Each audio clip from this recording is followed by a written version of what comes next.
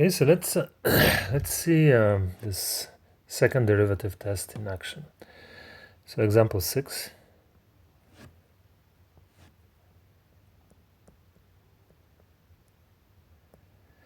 And we need to find relative extrema.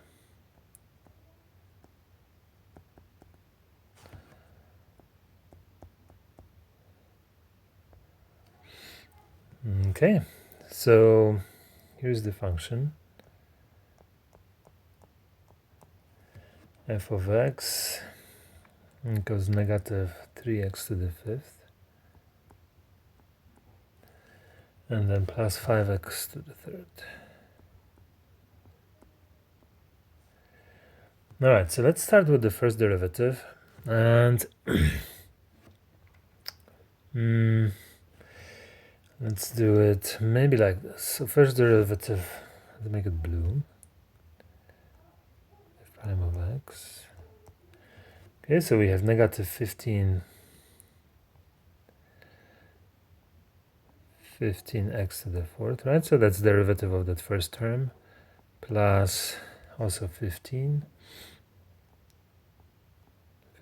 squared. Okay, so we can factor 15x squared out. So 15x squared. And then here we have 1 minus x squared. And we make it equal to 0, right? We're finding the critical numbers, right? So we're finding those numbers here, right? That's C. Okay, so those numbers, right? So the first, that first expression will give us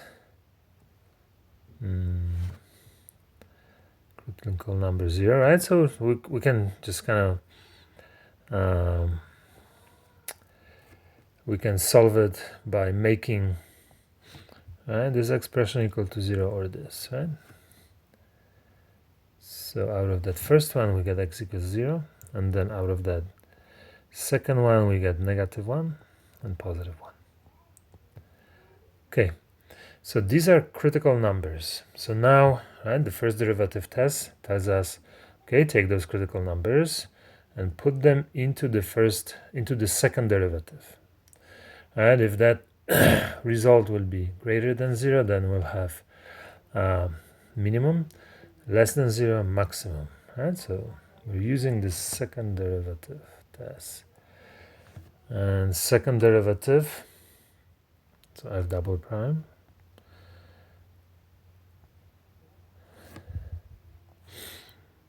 okay, double prime of x, take the second derivative, and we have, right, so I have something like this, negative 60x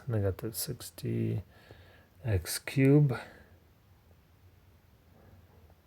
plus 30x, make it equal to 0. I factored it, and I have something like this, a negative 30x. So I'm not doing that algebra, right? I hope you guys understand and see what's happening. So I have 2x squared minus 1.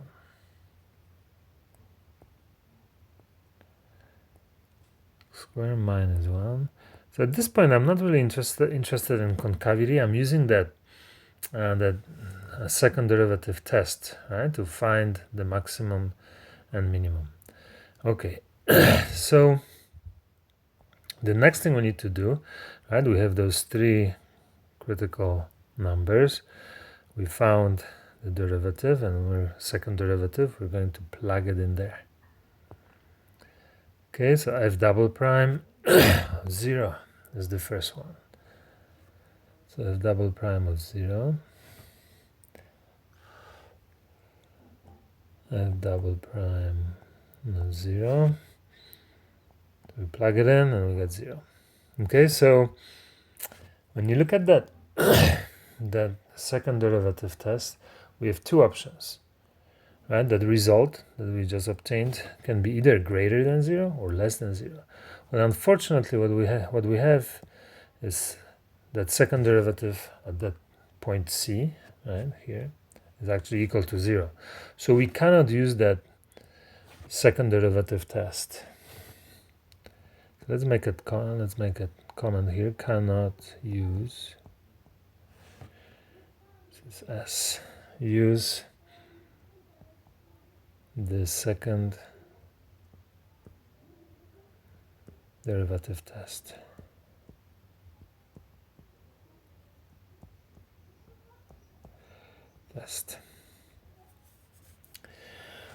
Okay. So next thing we'll do, right, we'll evaluate function for 1, so f double prime at 1. This is 1. We calculate it and we get a negative result, negative number. So f double prime of 1 is less than 0. Right, so the conclusion is we're going to have concave down.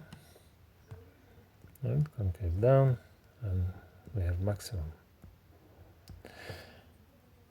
Okay, so f double prime of negative 1, and we have a positive result, positive number. So double prime of negative 1 is greater than 0. Alright, so our conclusion is that we have concave down. It should be something like this. And we have minimum. Okay. Yeah, let's look at the graph quickly.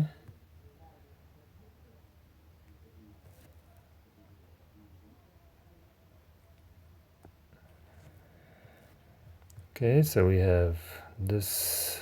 I have minimum at negative 1. I have maximum at 1. And here at 0, 0. We'll see in a moment. Okay, and the graph. Okay, we have a point here, point there, point here. And the graph looks like this. So I go down here. That's a minimum or relative minimum. Then here, yeah, let me graph it in a slightly different way. So okay, so like this. Then we go here. I want to show you that this is the inflection point here. Okay, maximum and down. Okay.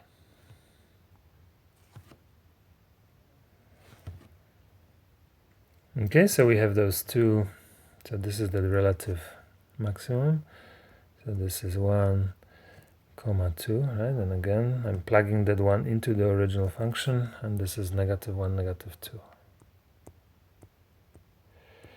And here you can see we haven't really checked that, right? But you can see that, right? That this 0, 0 is an inflection point, right? I have a concave up over here, concave down over here, and that 0, 0, right? This point, right, is an inflection point. We have two other inflection points, but that's not really the point here.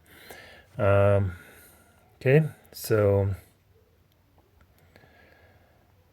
all right, so that f double prime of 0, we got 0, and yeah, we decided it's an inflection point, so we would have to check. And we had those two other inflection points, right? Here somewhere and here. We would have to solve and finish solving this for 0, right? We would get those two other points from this. Okay. Yeah, so let me give you a couple problems for practice, and that is going to be it. Okay, so practice.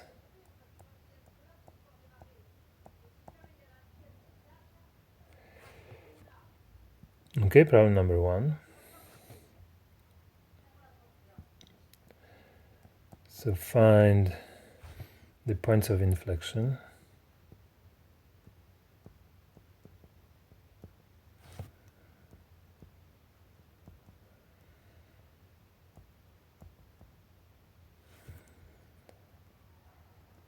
And discuss the concavity.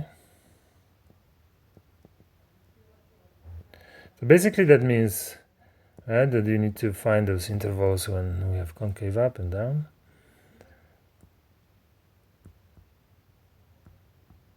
Okay, this is kind of number 2. Okay, find the relative extrema for the second one. Find the relative extrema. Oh, I haven't given you the function. All right, the second one, so f of x equals x cubed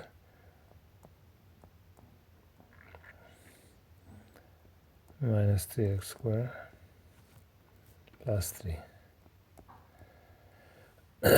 And yeah, so in that second one, use second derivative test. And here in that first one, here is the function. You have negative x to the 4th plus 24x squared. Okay, so you have those two problems. I hope you remember how to do them. Yeah, just gonna refer to the lecture. And so for that first one, so inflection points are these 2 points, so -2, and then we have 80. And then the other one is +2, and also 80. 2 inflection points. Concave up from -2 to 2. Concave down from -infinity to -2. And here we have from 2 to +infinity. Okay, the second one, so those critical numbers. We have 2, so they are 0 and 2. And then we have maximum at 0, 3. And minimum at 2, 1. 2, -1.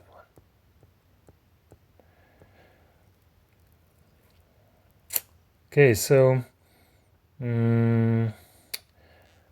just one last thing, just a kind of something to think about. So problem 3. So if you take a first derivative and evaluate it for 2 and you get the number that is bigger than 0, then the question is the concave up at x equals 2? Okay, so that's a question. All right, so the answer is no, right? No, and yeah. So what does that mean, right? So kind of figure it out and look it up. What does it mean that when you evaluate your first derivative for 2, you get a number that's greater than 0? Well, and the answer is that the function is f is increasing at 2. Okay. All right, so that's the end of that 4.3.